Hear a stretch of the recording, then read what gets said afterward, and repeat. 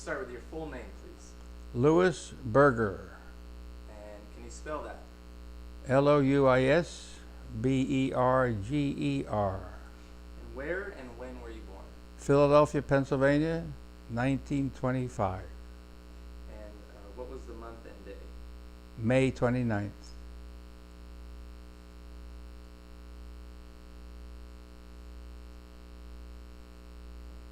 And which branch of the military did you serve with? United States Army.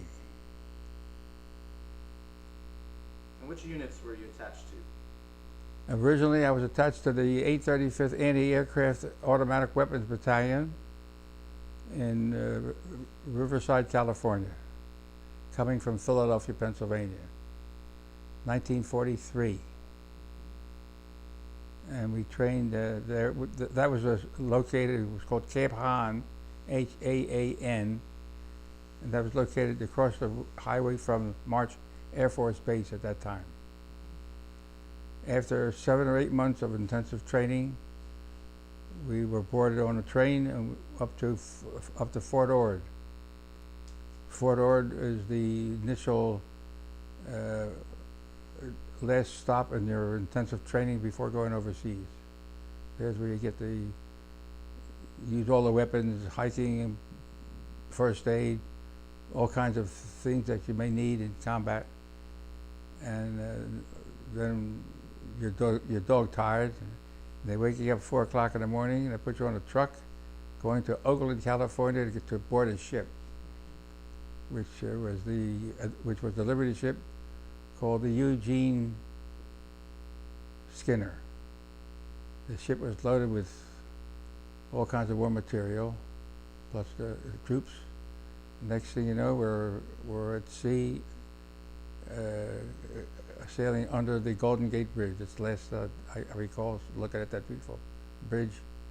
And we were at sea for a while. In those years, you had to change course every 10 minutes for the submarine attacks. And when did you disembark from the U.S.? What year, what month, and what year was that? Very early 44.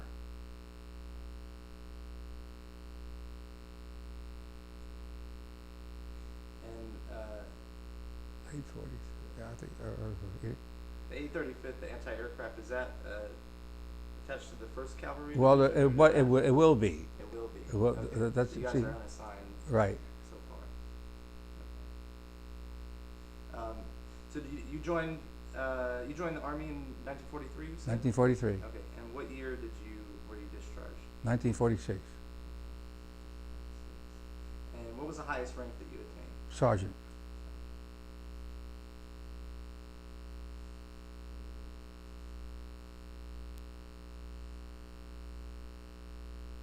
And you served in the Pacific Theater? Yes. South Pacific. That was called the USAFE, United States Forces of the Far East. Are you familiar with that saying? USAFE? No. United States Forces of the Far East. That was on our patch. So eventually you guys were assigned to the 1st Cavalry. First Cavalry. Once Right. you arrived in South Pacific? Yes. Okay. And were your responsibilities still with anti-aircraft? No. We changed over to, the 1st Cavalry was armored infantry. My assignment was what they call an ordnance. You have to understand when a soldier goes into combat, he has to have a certain amount of equipment every day because he uses it up. Can I get into detail of what they need? Absolutely, yeah. Well, try to picture this. The average armored infantry group, the combat soldier would first of all have his clothing, his boots. He has his helmet and his M1 rifle or the carbine. He has his backpack. Inside his backpack is a poncho, his food rationing, some personal items, some first aid things, 2 canteens of water, a shovel, which is very important, a cartridge belt with 10 clips of for the Grand rifle, 8 rounds to a clip, 2 bandoliers of 10 clips in each bandolier, 4 hand grenades. Now he's ready to go into combat. And so every day they have to be resupplied because it all depends on the campaign of that particular day, how much you use. Sometimes you use it all, sometimes you use hardly any of it or half of it. But you never went into combat without those complete things. And there's a few other things that you have, like the little first aid things, but basically these are the things that you need to survive that day. That was it. And it takes others to resupply them. Right. Also, we also had to make sure that that your squad would take an Ativan pill every day for malaria. Because if you got malaria, then you're out you got to go back to sick bay. Some guys wouldn't take it because they wanted to get malaria. But as long as you took that Ativan every day, so the soldier had to just open up his mouth, you pop it in his mouth. I mean, these are things that you do it automatically every day. See, being in combat is like being on a job.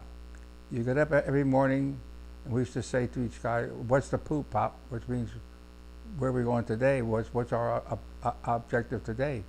And of course, the rumor would have it, we're going to take that hill, or we're going to take that town, or take that building, whatever it was. And you reached your objective and stopped and dig in until you get orders for the next move. See, when you're in combat, half the time you don't even know where you're at. You just follow the crowd. You know, 'cause we have orders and so forth. If you want to know how you handle this at night when you're in combat, even when you're moving along, you never bunch up. You have to be at least 5 yards apart in case of an attack. But once you reach your objective, you dig in. That's like the end of the day so far, and that's normal. While to dig in, you're always on guard. You never are off guard. Somebody's always watching, always looking out, whatever. Now let's assume the foxhole is already dug for 3 men.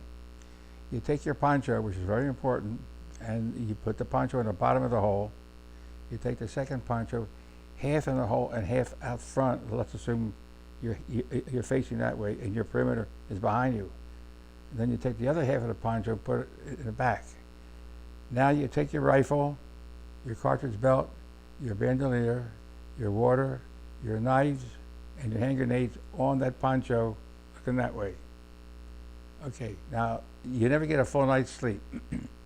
You're always on guard, each hole 5 yards apart in the perimeter. Now the size of a perimeter can be from here down to, we'll say, Friars Road. It all depends on your objective. And you try to look out ahead when it gets dark so these images don't change. So you say, well, there's a big rock over there, and we'll say there's something over here, and you try to identify it because at night it changes. Now I'll take the first watch, and these 2 guys go to sleep. I'll watch for an hour, then after the hour is up, I'll nudge this guy here. I lean back, he sits up, he guards. And this goes on all night. You have no trouble falling asleep because you're so tired. And if there's an attack, you never turn around. Oh, incidentally, on the 4 corners of the perimeter are the machine gunners. So have crossfire this way or that way or so forth. But you never turn around and fire in the perimeter. In the center of the perimeter is your command post, your first aid, your signal, your mortars. And that's how you spend the day. And that goes on day after day after day. If you're lucky, you'll spend an extra day so you get a little break, but you try not to stay too long in one spot because that's when they get a bead on you. So you got to keep moving. I mean, that's a normal day. Next. I think I'm ahead of myself here. No, well, yeah, I just want to rewind a little bit. Okay. I want to talk about the day Pearl Harbor was attacked, and if you remember where you were and what you were doing. Oh, I was in Philadelphia. Of course, I was 2 years younger, I guess. A year younger. You're about 16? Yeah. I remember they asked me if I would become a paper boy, because everybody's buying papers. The excitement was unbelievable. And then, of course, you just listen to the news day by day. But, of course, the public was surprised. And of course, the young men, they all started to sign up. They stand in line, and if you were healthy, if you were breathing, you were accepted. Do you remember how you felt when you learned that the U.S. had been attacked? Excited. We were 16. That's a good question because we were coming out of a depression, and our lives were kind of a routine. We were, I wouldn't say we were poor, but we didn't have a lot of luxuries, but didn't know it. We didn't care because we would make our own enjoyment. And so anything that became exciting in the youth, when we listened to the news, you would get, I guess, patriotic, anxious. And I remember I was pretty thin and pretty small, and I tried to gain weight because I wanted to go. And so I would go to the drugstore every day, every night. I'd take a raw, this is a true story, and I'd take a raw egg from the refrigerator, take it to the drugstore with a milkshake. They said, put the egg in the milkshake and you'll gain weight. Did it work? It worked, yeah. I was accepted. The logistics that they had was fantastic. I mean, our country was so organized and so great, so enthusiastic. Everybody helped each other. It was the morale was sky high. It really was. So did you kind of feed off of that energy, and did you enlist in the Army, or were you drafted? No, well, I was going to enlist, but by the time I got to it, I was drafted. So I had the choice. I wanted to go to the Army anyhow. And why that branch? Any particular reason? Well, not particularly. I just wanted to get into the service. I was if they would send me to Germany because I happened to be of the Jewish religion, and I thought maybe if I got to Germany, I'd have a chance to be a little help there. But then the end result is the need, according to the history of the powers to be, the threat was Europe. So all the military was scheduled to put the priority in Europe and hold in the Pacific until we build up. See, our problem was, as young as I was able to understand our country was not ready. So if you want me to answer your question as a matured person now to look back, Japan and Germany and Italy were 3 years into the war before we got into it. Now these young people were our age, but they were already hardened professional killers. They were trained, they were tough, they knew what to do, and they were a very difficult enemy to match. We, as Americans, were coming out of high school, and all we had was a pencil. We weren't far from ready. We didn't have it. We had no idea how to fight the jungle. We had no idea even how to shoot a gun. There it is. So we had to train from zero. And so there was a spirit that did that. And did you experience any anti-Semitism within the Not too much. Not too much. Because it was really the buddy system. That got established. When they would form a new group, you all started together, you became buddies. You guys trained throughout? You lived together, ate together, trained together, laughed together, died together. So the religion was most of the time it was a comic, it was a joke. So fast forwarding through all your training stateside, and you guys are leaving underneath the Golden Gate Bridge. You said. Do what? When you guys left the U.S., you guys are sailing underneath the Golden Gate Bridge. Right. Do you remember having any thoughts or feelings at that point that you're leaving your homeland? No, just excitement, and not too sure what was in front of you.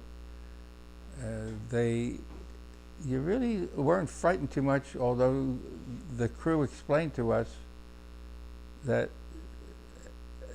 every night we're going to have to look on the rails at the sunset to make sure we look on the horizon that we don't see any kind of periscopes, because the Japanese submarines were very active all over the South Pacific.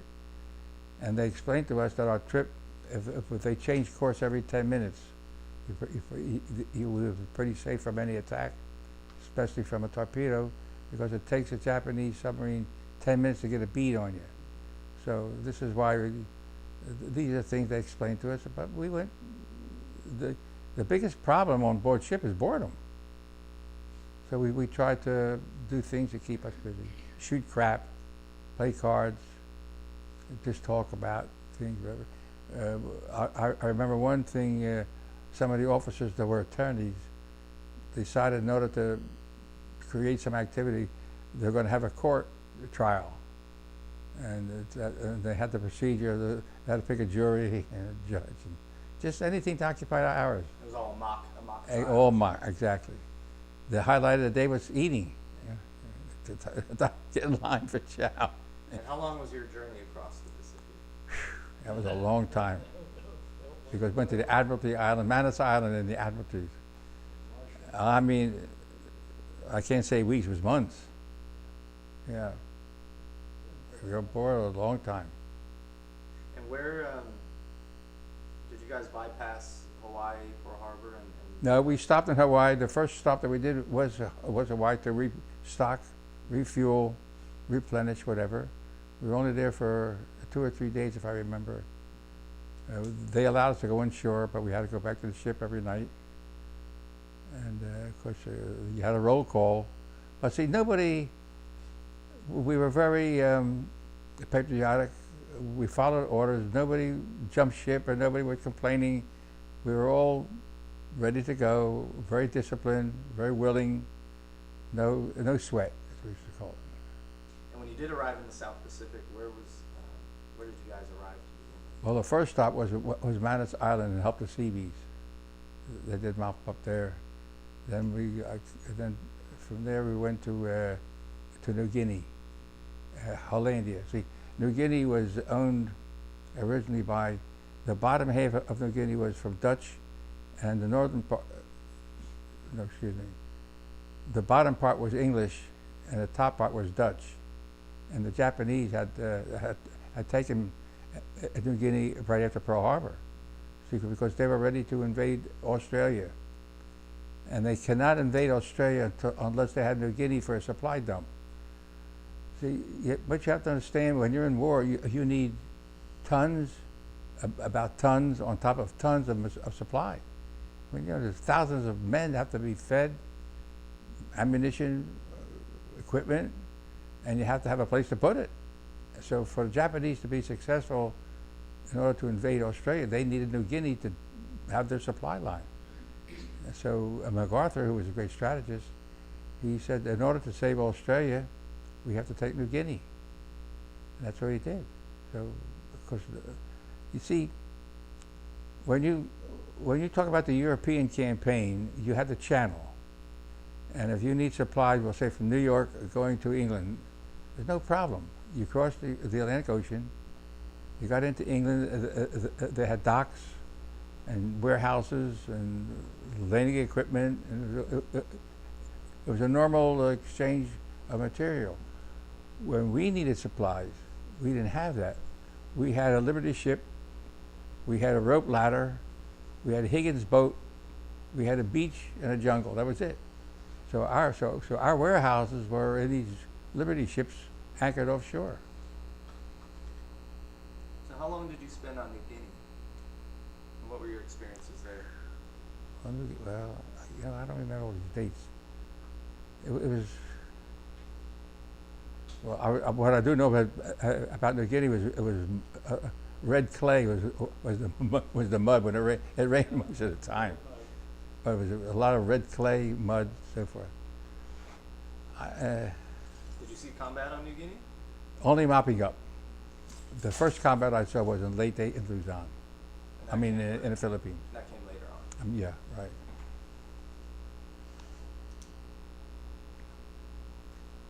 So in your estimation, would you say you were in New Guinea for about a month, a little longer? October, we went to Lady in October 44.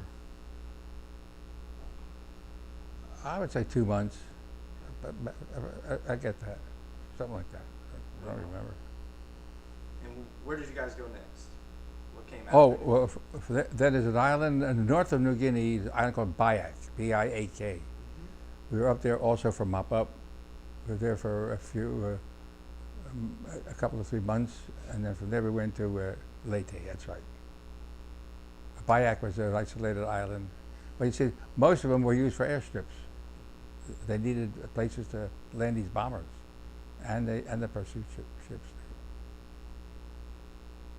And did you guys encounter any Japanese in New Guinea or Biak? Only the mopping up, yes. Did you take any prisoners or? No, no. Well, Japanese never surrendered. And then following that, that's when you guys went to Leyte. Leyte. Leyte was the first time that we actually saw females. Before the islands were all just they had the fuzzy wuzzy natives, and of course they were very cooperative. They helped a lot. But when we got to the Philippines, it was the first time we actually saw English-speaking people other than, of course, Tagalog. Do you remember when you guys landed on Leyte? October 44, I think. Yeah. Then from there, Can you talk about your experiences there? Pardon? Can you talk about your experiences there? How long you were there and what you guys were doing? We were in Tacloban. There were two. Wait, there was Ormoc Valley, Tacloban, and Palo. These were the main points where the Japanese were strong. See, you have to understand the Japanese were in bad shape. They were half starved to death because they weren't getting any supplies. We blockaded most everything, and so the activity was mostly chasing them because they were surrendering. No, not surrendering, retreating, because they wouldn't surrender. Because I remember we used to have to chase them and shoot them, and then we tried to bury them because we didn't have the time. The one thing I will tell you, this is the last one that I recall on Leyte, is this one Japanese sniper, and we got him. Of course, we all shot him up, and then we dug a deep hole, and we threw him head first, and all we're sticking up where it's 2 feet, and sand is all around. I mean, these are the things that I start to recall now. Dates, I don't know, I remember whatever. It was exciting for young people, but you were half frightened and half excited. You know, in combat, it's funny. You can spend some time in total fear and most of the time in total boredom. Yeah, nothing in between. Big extremes. Exactly. Of course, you learn how to shoot crap, how to play cards. I learned how to play poker in the army. Shoot crap. I learned how to smoke. I was 18, 19 years old. Excitement.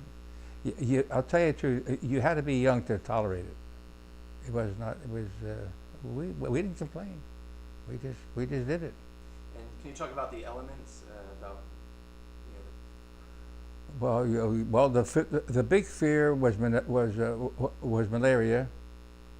Well, no, I should say the biggest fear was dysentery, because the water had the parasites. They gave us a certain pill to carry, because we always carried 2 canteens. Getting back to that, the real problem was having enough water, because you're sweating, it's hot, and you're carrying a lot of loads. But we didn't care how the water tasted as long as it was water. So we will always put this, I guess there's a special chemical that they gave us that killed the parasites, because without that, you have dysentery. And you get dysentery in combat, you got a problem. Because in combat, you're living off the land. You're very in any shelter. You're always on the move. You have to keep your health up. You have to be strong. So when you get dysentery, you got a problem. Then you have malaria, so we had to take Ativan tablet for that. Then we had cholera, jungle rot, which was another thing that you get little terrible irritations under your armpits and the groin from the sweat, the heat. And then you had the Japs. you, had, you had a good combination there. But you had to be young to tolerate it, which we did. We never questioned it. We just went along with it. Did you avoid contracting these diseases? Or? I only had dysentery one time for a short time. Other than that, I was pretty careful. I took the Ativan, and of course, you're always worried about getting wounded. Sometimes you're just lucky, it just never happened. But boy, a lot of guys got it. Did you have any close calls? Well, yeah, especially in the closest one was, I keep telling Tom about this, was Old Stadium. I thought I had it there. But, I mean, that was a tough one. But don't forget, you're always surrounded by thousands of men. You're never alone. Not hundreds, thousands. But a lot of it. See, the thing that really made us successful in the war, whether you're in Europe or in the South Pacific, we were able to outproduce the enemy. They were better soldiers than we were. They were better trained. They were more enthusiastic than we were. But their problem was when they lost a piece of equipment, they had trouble replacing it. When we lost a piece of equipment, we replaced it with 10 more. See, because our industrial might was awesome. And so the thing that really beat the enemy was the fact that we outproduced them. They just couldn't replace their losses. And it was just simply that.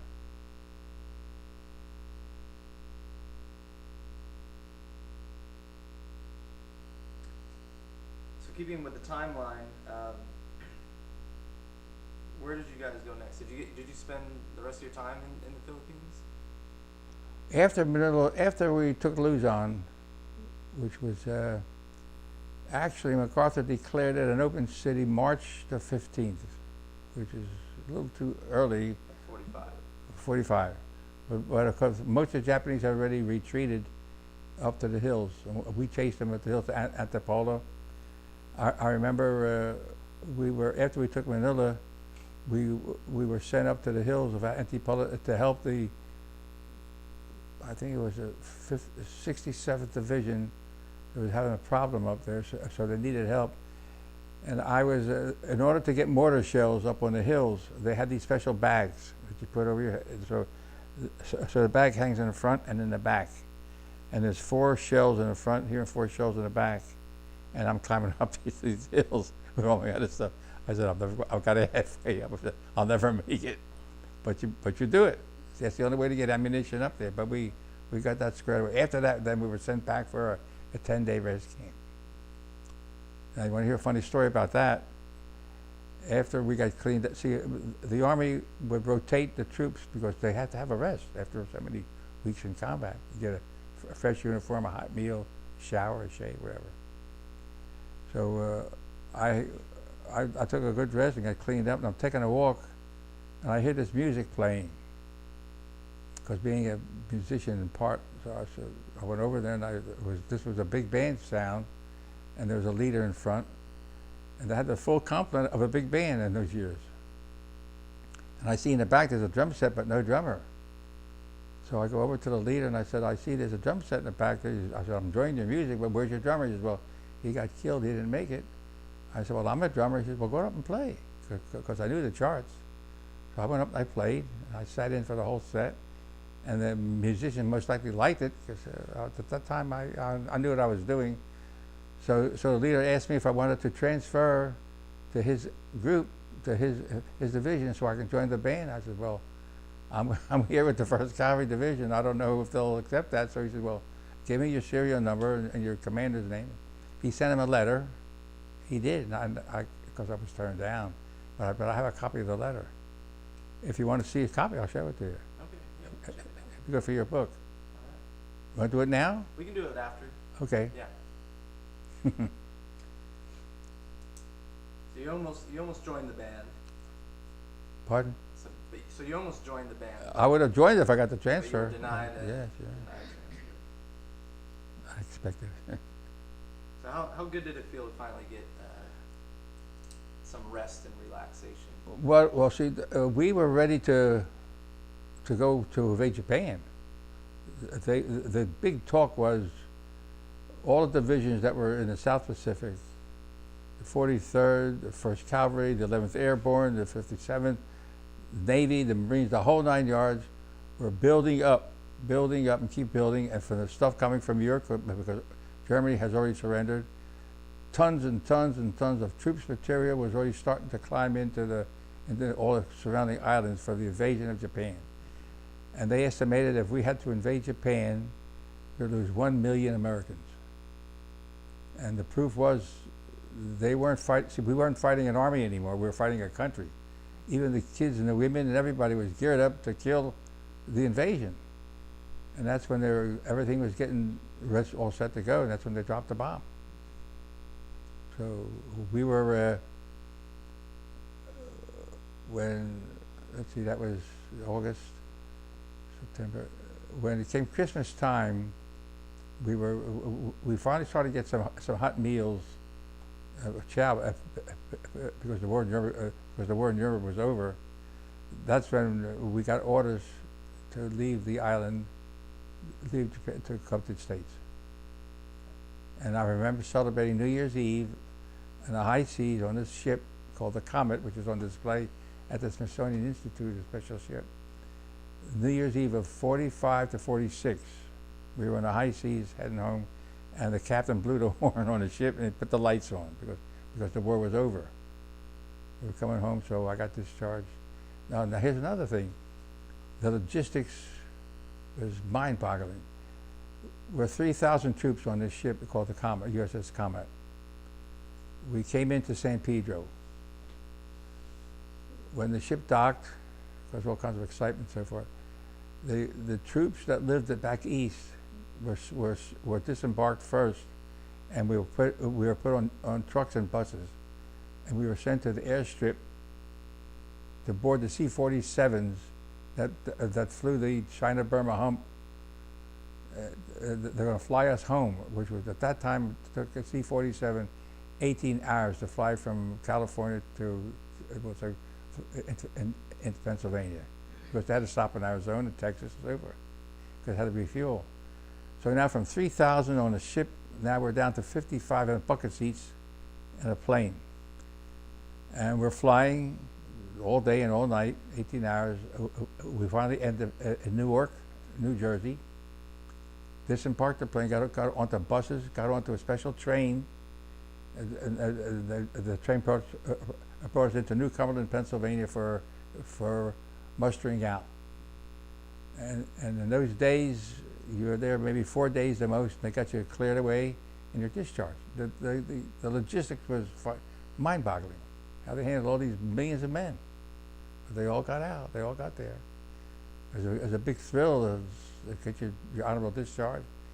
You're out, no more saluting. I had the opportunity to stay in. I came close to reassigning. I came close to that, but everybody was getting out. The buddy system was gone, and the opportunities were home to make a life for yourself. I did okay. Uncle Sam took pretty good care of us.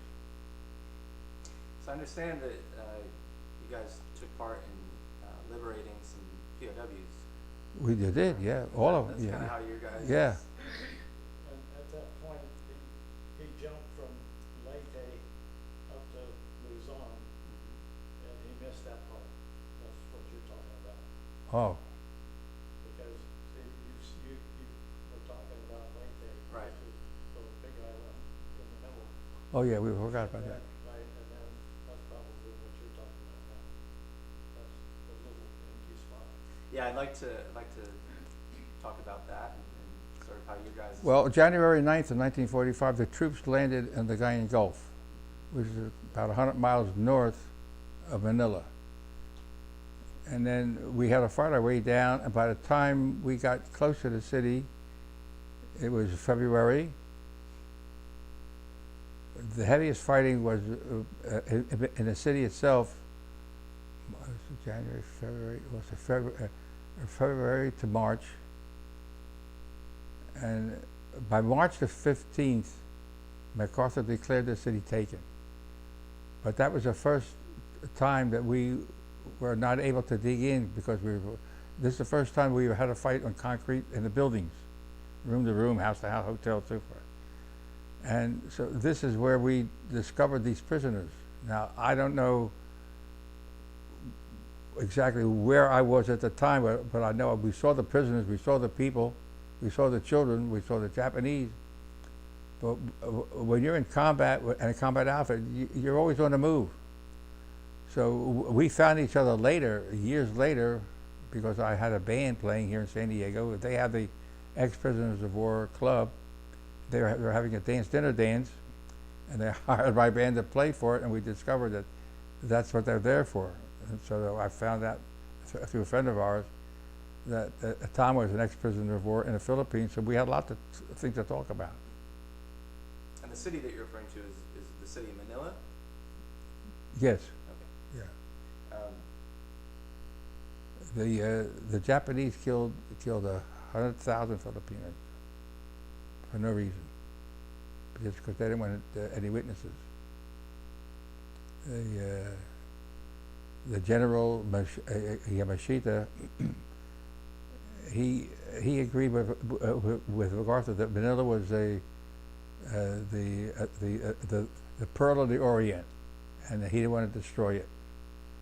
And he decided to put his troops in retreat to save the city. But the general that he left in charge, do you know his name? He's an admiral, and they were supposed to scuttle all the ships in the bay and create problems for you guys. Well, anyhow, they decided to burn the city. So that's why MacArthur said, well, then let's go ahead and do the rest of it, because they tried to save the city. But if we had to fight our way in, he did the thing was worth it. So he allowed us to go ahead and use artillery to get rid of these Japanese and replacements, because they were all over the place. I mean, all over. They separated. See, because some of them were still fanatics. They weren't about to quit. Especially so that one general, he told his troops to stay in and die for the emperor. And they did. I mean, they died for the emperor. But the city was destroyed. It's a shame. So were you there when the POWs were liberated? Yeah. Okay. So Yeah. Can you sort of walk me through that experience when you guys discovered them, where you discovered them, that whole There's whole nothing. You know what? I'm trying to remember even what kind of conversation I would have. There's nothing to do but to look at them. I mean, they're either walking the streets or they were sitting in the building, or I saw there's one particular incident I was telling Tom earlier. They had two prisons. One was called the old Bilibid prison or the new Bilibid prison. I was in one of them. Which one it was, I don't know at the time. But I remember one of the cells, I'm looking at a family sitting there in this cell, with the door open obviously, trying to make some coffee in an old can. That kind of stuck with me. And then you saw these things all over the city, because they were spread out all over the place. Now, how far, he can answer, I think better than I can, how far the actual prisoners that were in San Tomas would drift away from there, I don't know. But the prisoners, they're Caucasian, were all over the city. There's another a person, her name is Doreen Wiley. I found her too years later at a club. She was also a prisoner in Manila, but she was a prisoner in her home. The Japanese allowed her to live in her home because her father was a diplomat of some sort from some country. And so she wrote a diary, and she put out a book. If they found that diary, they'd chop her head off. But these are spotted things that you see. Well, when you're in combat and you're young, and these things only last a couple of seconds, you're off on something else all the time. Now, years ago, when I got these flashbacks, I remember more now than I did after it happened. Yeah. And can you describe the condition that you found Oh, it was terrible. I mean, the buildings were all bombed out. The kids were skin and bone. Nobody was laughing. I mean, they were weak. I guess they were happy inside, but they couldn't express themselves. And there was a few things that you told me before we started recording and everything. One, you mentioned that your initial reaction was that you wanted to provide food and nourishment Right. for children, but We always had food in our pack of some sort because we had what we call a 10-in-1 ration. It was 3 meals for 10 men, and we had to distribute that amongst the 10 men, which was the squad. If somebody got hit, and then he was able to be evacuated back to evac station, the first thing we did, we took his rifle, his ammunition, and his food.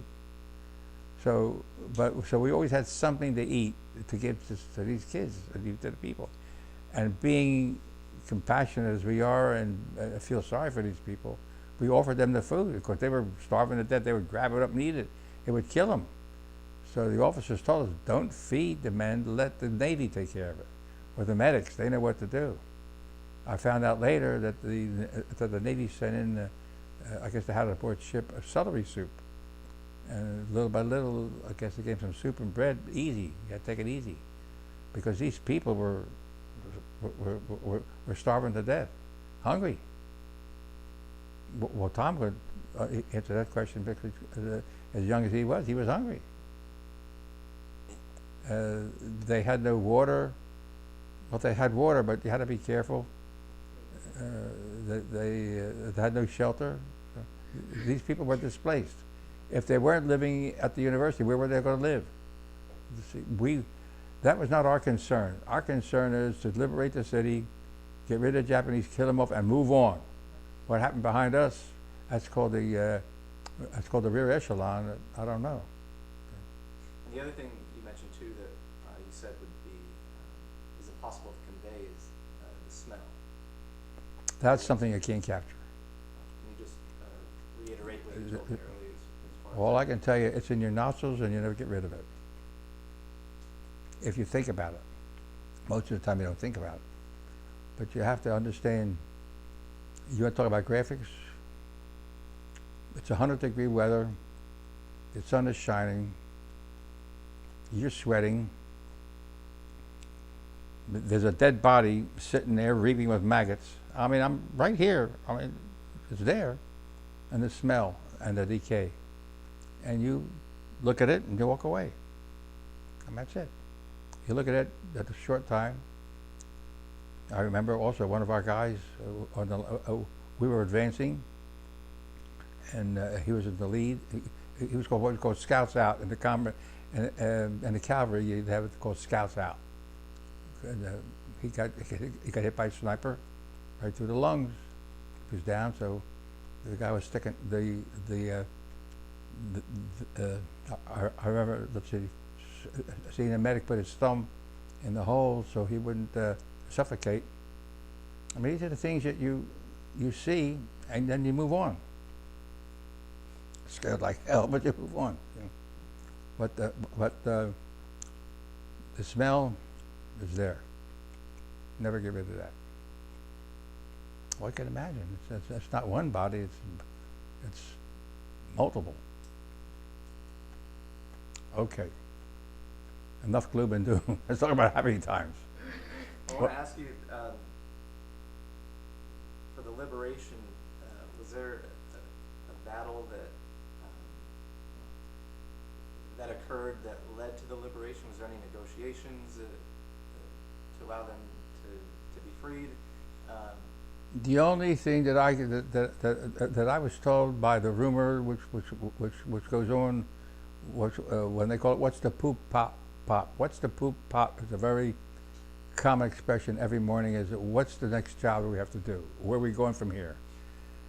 And I understand that MacArthur had a personal meeting with the general of the 1st Cavalry Division, MacArthur said, please go down there, liberate Manila, and save those Caucasians who are in prison.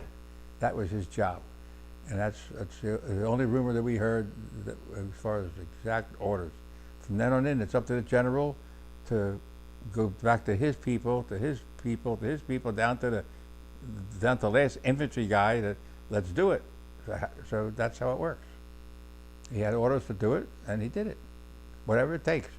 One thing about the 1st Cavalry Division, I'll tell you this: they call it a square division. Why is it a square division? Because most of the other divisions have 3 regiments in a division. The 1st Cavalry had 4. So the 1st Cavalry was called the square division because they had 4 regiments. But the 1st Cavalry traveled as an army in itself. See, when these other divisions needed, we'll say, tanks, they had a call for them. If they needed artillery, they had a call for them. If they needed some other kind of help, they had a call for them. We didn't have to call for anybody because we all traveled with it.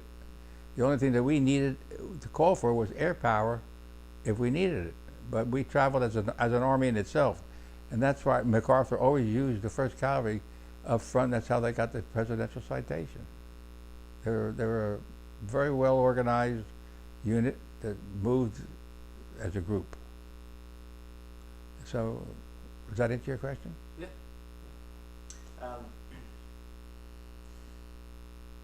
So to reiterate and just to elaborate a little bit, you and Mr. Crosby's relationship didn't form until you mentioned years later. Many years later. So can you tell me again how you guys met and how you came to? Okay. Like I said, I'm a musician, and I had a band here in San Diego playing different dances, nightclubs and such parties. Tom's group of ex-prisoners of war had a chapter here, and they used to meet once a month or something, whatever. But this particular case, once a year they had what they call a dance banquet, and they used a Town and Country Hotel, which is down the street from here. And so they did. So whoever was in charge of putting this thing together in his club needed to get some sort of a band. I don't know how they contacted me, but anyhow they did, and they hired my band to play for their function. And we're one of the bands, and one of the fellows in the band that plays the bass is called Tim Smith. Now, Tim Smith and Tom are friendly. So we're up on a bandstand and we're playing, and Tim Smith says, "You know what, Lou?" He says, "Do you know who these people are?" I said, "Well, I think so." He said, "Well, they're all ex-prisoners of war who were in Manila." And Tom knew, and Tim Smith knew that I was an ex-prisoner, an ex-soldier, or a GI. So he said, "You guys ought to get together." So that's when he contacted Tom, and Tom came over to talk to me. Next thing you know, we're friends. Now this other person, my wife and I, we had an Airstream trailer. We used to travel around a lot. The Airstream has a club, and we happened to be in this particular campground on a trip. And because I was active in music, I would be in charge of the music at night for entertainment. And one of these people who was on a bandstand played the washboard, and her husband played the clarinet. We got to talking. So it came the next day, I went to her Airstream to talk about the music for that night, and she was telling me that she's writing a book. And I asked her the context of the book. She said, "Well, she was a prisoner of war in Manila." And that's how I met her. And I said, "Wow." So in fact, I gave her some pictures. So I met her. So we became friendly, but they live in Oregon. So these are the two people that I met. We were all breathing the same air, but we met years later. It's funny. So that answers your question, how we met. So when we were introduced, then we became very friendly. And you guys have been very close ever since. Well, I like to joke about it. Yeah, we were.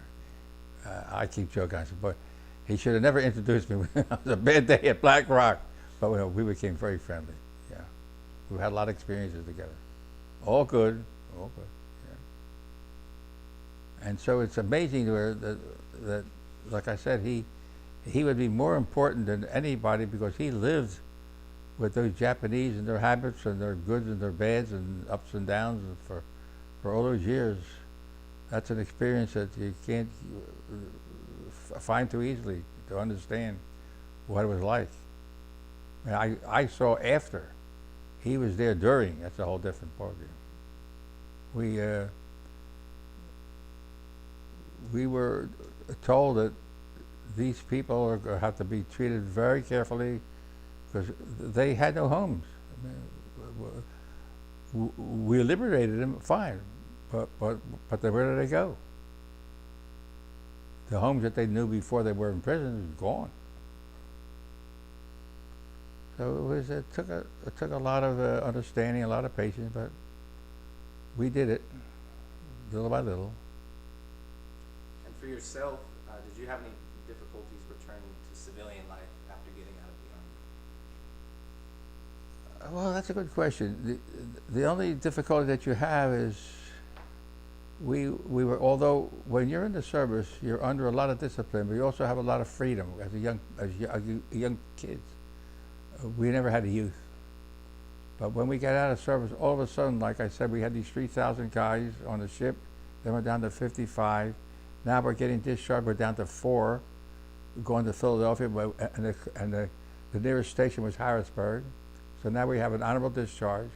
They said, we can leave the camp. No more saluting. You're out of the service. We went to the railroad station. Then we're down to 4, going to Philadelphia. We get to Philadelphia. 2 were going to South Philly. 2 were going to West Philly. Now we're in the cab. We're down to 2. It was a Sunday night. It was just kind of raining. Then he got out first. I'm in the cab by myself, going home, 6 o'clock at night. The cab pulls up in front of my house. I get out of the cab and I'm home. The family's there. That's how it worked. Now all of a sudden, these guys that you spent 3 and 4 years with every day, every minute, are gone. What's next? So, of course, you're happy to be home, but the thing that you missed, don't forget, I don't remember sleeping in a decent bed in 3 years. You either had a cot or you slept on the ground or on a bedroll, whatever. Now all of a sudden I'm home, and it's a change like in seconds. And you get up the next morning and we're your buddies.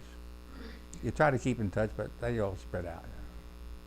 The buddy system was very strong, very good. It was, well, it sort of helped you get through it. Was it tough for you to find any purpose after leaving the service? Well, fortunately, my family, we were always in the food business. We were distributors for industrial establishments. So I was able to, and I was trained in that business, so I was able to go back to work immediately. Of course, I took some time off. Another thing is Uncle Sam, because all these kids were coming out, they were taken out of schools, out of colleges, and out of jobs. Now they're home. So Uncle Sam had a club called the 5220 Club. Every soldier, if you sign up for it, you got $20 a week for 52 weeks. Now, $20 a week was a lot of money at that time. $20 went a long way. So they had that club. At least you had some walking money. And until you found your job. Now Uncle Sam says, now, if you want to buy a house, no problem. All you needed was a job and $200. You buy a brand new house. They could not turn you down. They could not turn you down because the bank administrated the loan, but the government backed it up. And so they were selling houses. See, that's another thing that these GIs did when they came home. There were 16 million of us, you know. Not only did we help to fight the war, but we also built up our economy, because when these kids came home, their hormones were bubbling. They wanted to get married, they needed houses, washing machines, babies, carpets, you name it. So the economy was really booming. But I bought my first brand new house for $11,000. I said, I'll never pay it off. It was $62 a month rent, on the mortgage. I met my wife a years after I got out of service, and I said, we're not going to set a wedding date until I buy a house. So we looked around, and because they're building houses like overnight. A brand new house in Philadelphia, 3-bedroom, living room, dining room, kitchen, garage, the whole 9 yards, 2 bathrooms, $11,000.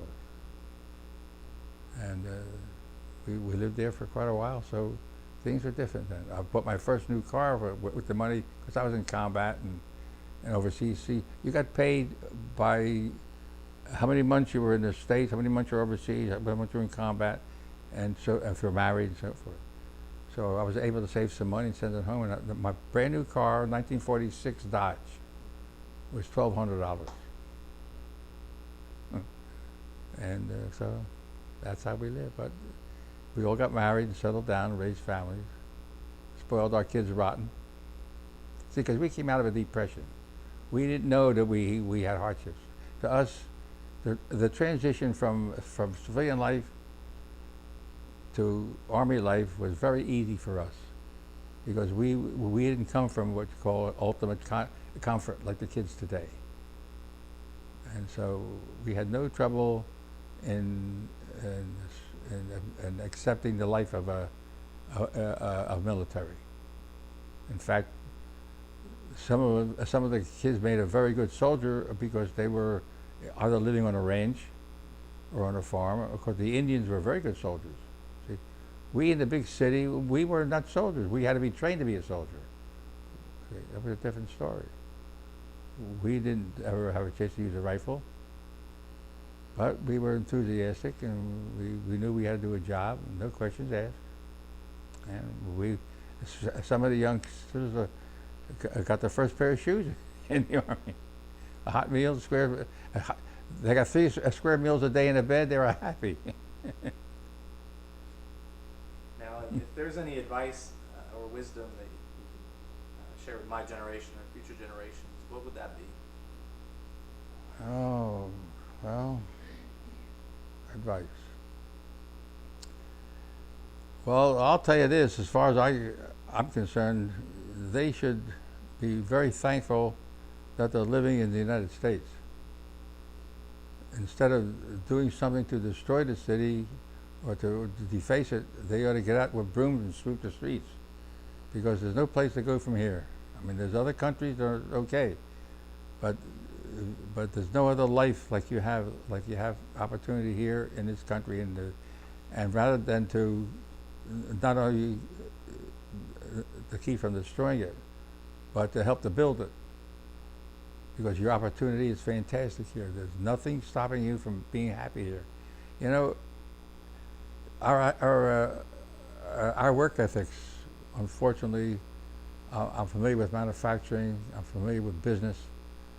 It's starting to change a little bit now, but for years and years and years after the Second World War, the work ethics of the American worker changed.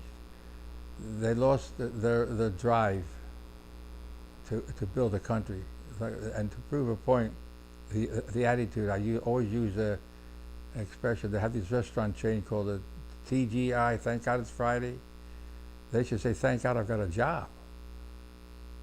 Because a lot of these people are not happy in their work. So they'll go to work on Monday, but they can't wait until it's Friday. Why? You should feel enthusiastic that you have a job, that you can live in this country in comfort. And the only way that you can compare is go live in Russia for a little bit, or go live in Poland, or go live in Germany after the Second World War when they didn't even have a building, or Japan. See, we never felt that. We were never touched. This country was never touched by a foreign nation, never had one building destroyed. We never felt the difference of life, except that we started to make more money because everybody was working. And so my advice to these young people, take care of your country, because there's no place to go from here. That's true. And is there anything else that you'd like to share that we haven't touched on or talked about? No, I wouldn't want to go through it again, but I'm glad I was there. I feel proud that I was there, but I wouldn't want to do it again. In fact, after looking back, I think I'm more frightened now than I was then, because I always got killed. But at the time it's happening, you're too busy worrying about staying alive. Other than that, I have no complaints. Uncle Sam was more than generous.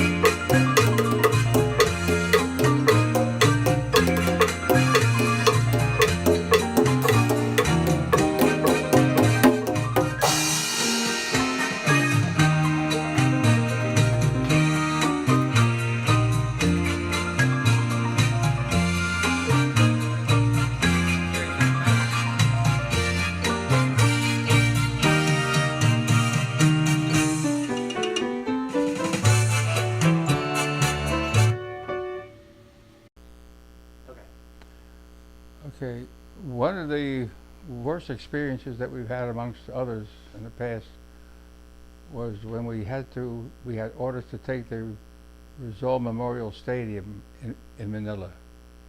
This stadium is like any other stadium. It was for the football games, the baseball games, and whatever sports.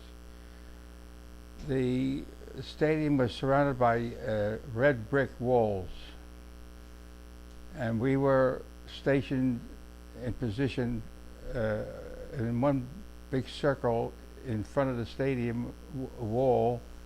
We were in homes looking out the window from the basement areas or up in the bedrooms, just observing what the next move was to take the stadium, because the Japanese were pretty well entrenched in there, in the grandstands around the swimming pool. Now, our position was kind of awkward because we were coming in where the open field of the stadium was approaching our entrance into the stadium. So General Mudge, I believe that was his name, he ordered to bring the tanks in to place a hole in the wall so we can go through, so we had some cover. So when the tanks came in, we were now hiding behind the tanks in the open field. We didn't know that the field was mined. No. So on top of being machine gunned from the grandstands coming in, now we're stepping on mines, and we're behind the tanks. And don't forget, we were surrounded the whole area pretty well. But that trip between the open field and getting into the grandstand for cover was like almost endless. I figured we had a lot of casualty there. I figured this, if I'm going to get it, this is where it's going to be. Other than that, you sort of learn to tolerate certain things. But by the time we got into the stadium, into the grandstands themselves, we had a lot of casualties.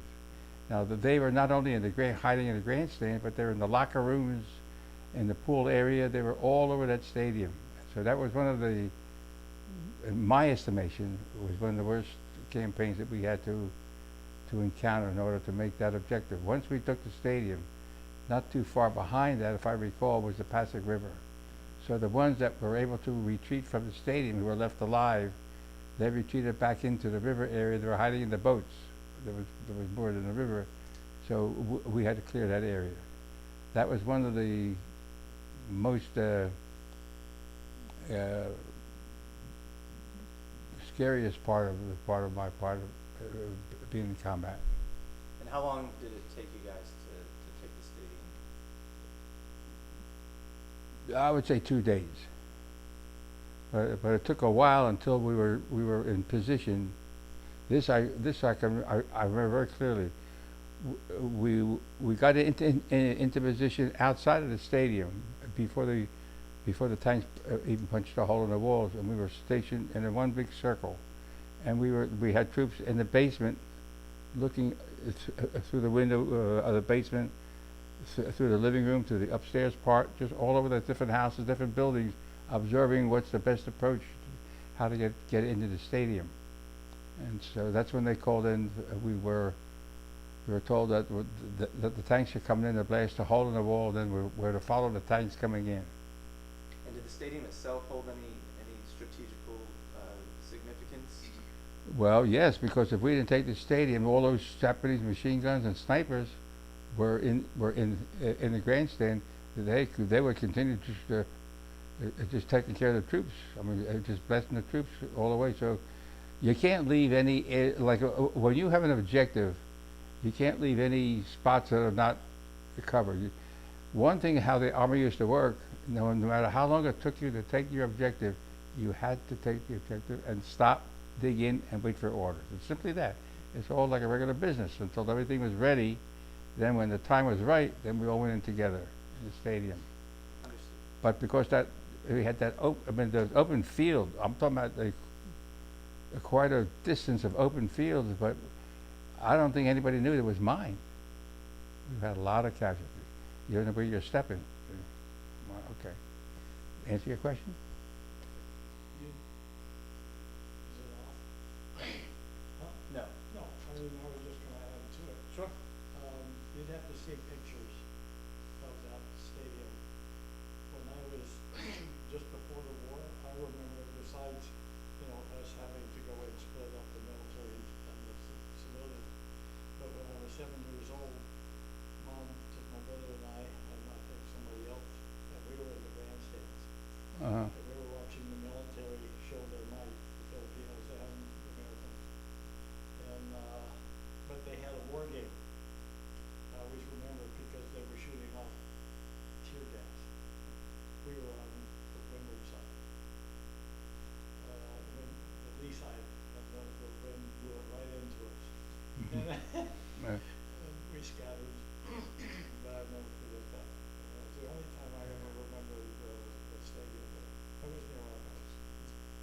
See, if we didn't clean that stadium out, and if we went forward on with our attack, then that would leave an area where the Japanese can really cause a lot of casualties. So we have to clean out that nest. That was tough because I was I was so scared. I knew there was a lot of machine guns, but I don't know how many until after. I mean, they were screwed, and all the seats, all the different grandstands had all different sized machine guns. Yeah. I mean, stuff was ricocheting off the tanks. It was scary though. I figured, there it is. I'm not going to make this one. And you guys are just in the middle of it all. We're all right. We're hiding behind the tank. The only cover we had were the tanks. Yeah. And sometimes you can even get killed from the ricochet. But it was scary. But whatever. Like they say, there's no atheists in foxholes.